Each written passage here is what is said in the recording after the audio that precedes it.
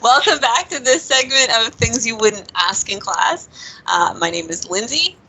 And I'm Veronica, and we are the Student Learning Coordinators here at Nipissing University.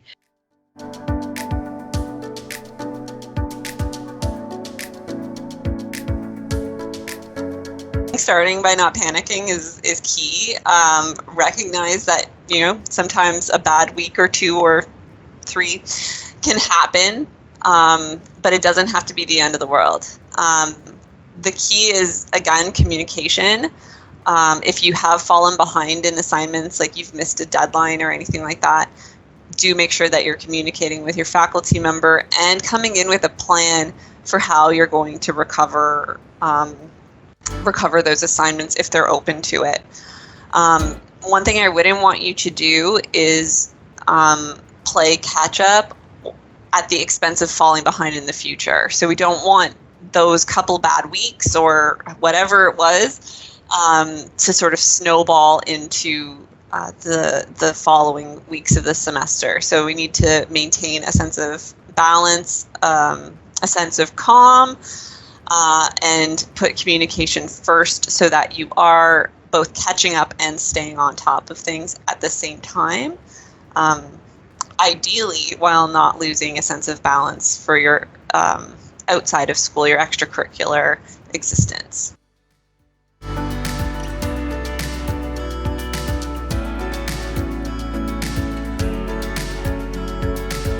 My first tip is you should speak up in class. You should. Yeah.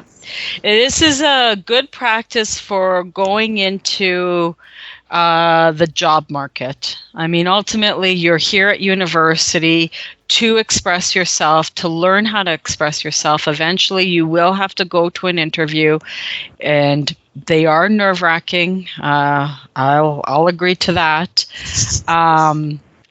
By speaking up in class, you're also getting yourself known to the professor. Now, in terms of tips about speaking up in class, take your time to formulate what it is that you want to say. Take your time and put up your hand, and then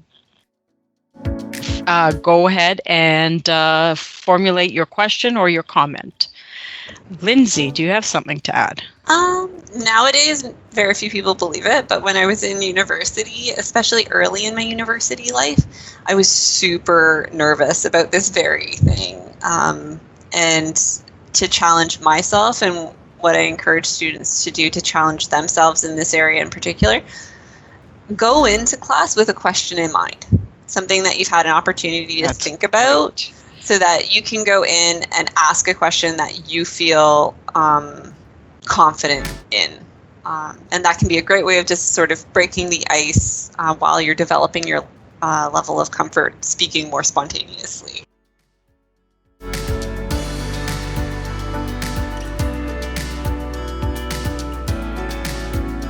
Ooh, Lindsay's got a great story about this. I have a couple good ones. Okay, so short answer, yes. The readings are really that important. Readings for me, it's setting you up for success for the content for the class for that week. It's really introducing you. In some cases, it's introducing you to the language that's going to be used that week, to the theorists that are going to be addressed that week. In the case of a course like English, it is literally what you're going to be talking about that week.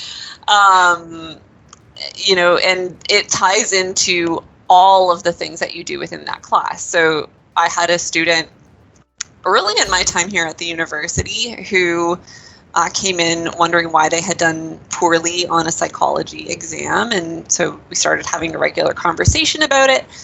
And I asked about the status of their readings. And the student presented their textbook, which was still wrapped in cling film.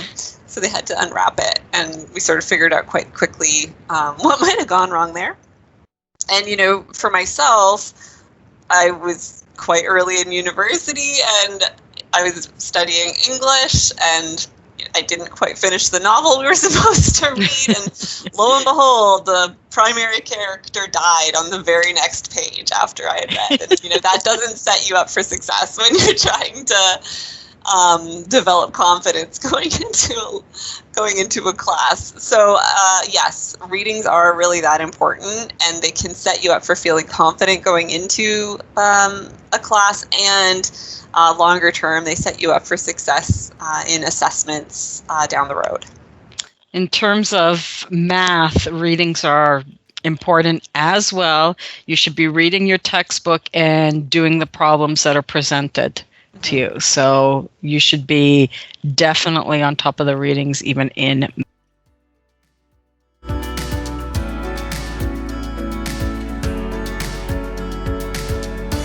math. My number one tip for this is get help early. And what I mean by that is not the week that the course starts, not halfway through when the course has started, not the day before the final exam. I'm talking about early, meaning a semester early. Get help a semester early. If you know that this is going to be a problem, by contacting myself and starting to work through the math that you need while you're not in the course can actually reduce that math anxiety that you may be having.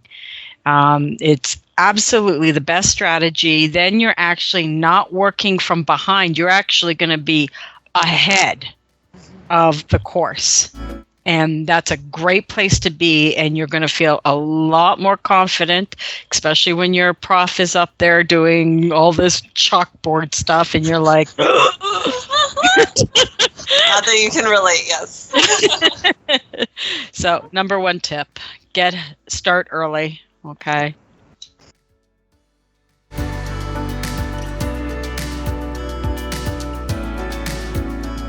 So Veronica and I have two different approaches to this one.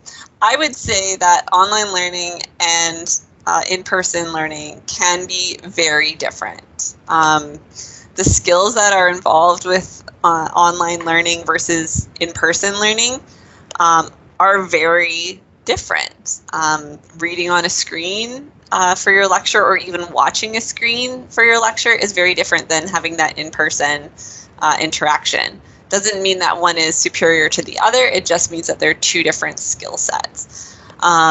Likewise, participating in an online discussion board versus participating in an in-person conversation, two very different things.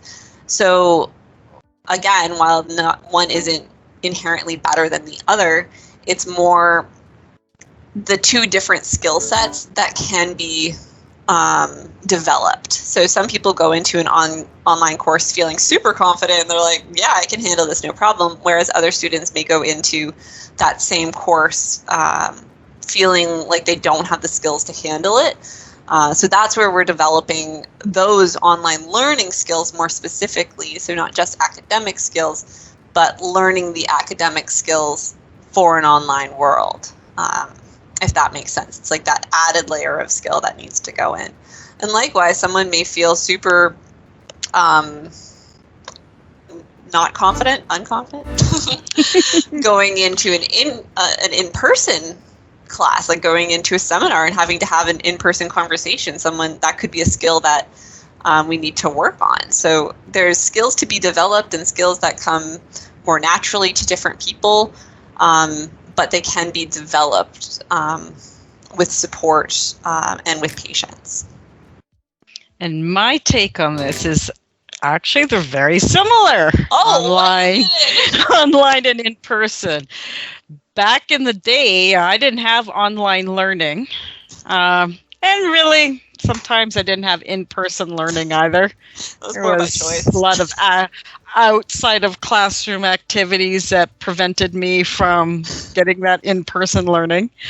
But regardless, one of the things that's the same about both aspects is that there's that idea of independent learning. There's a level where you have to take charge and actually develop the skills on your own. At the university level, you're very much expected to be developing skills on your own. If you don't know something, you're very lucky in this world that you can actually Google and learn something quite quickly through videos, through Google image. There's lots of images. There's other people giving TED Talks and other lecturers out there. So there is a lot of independent learning that goes on at this university level.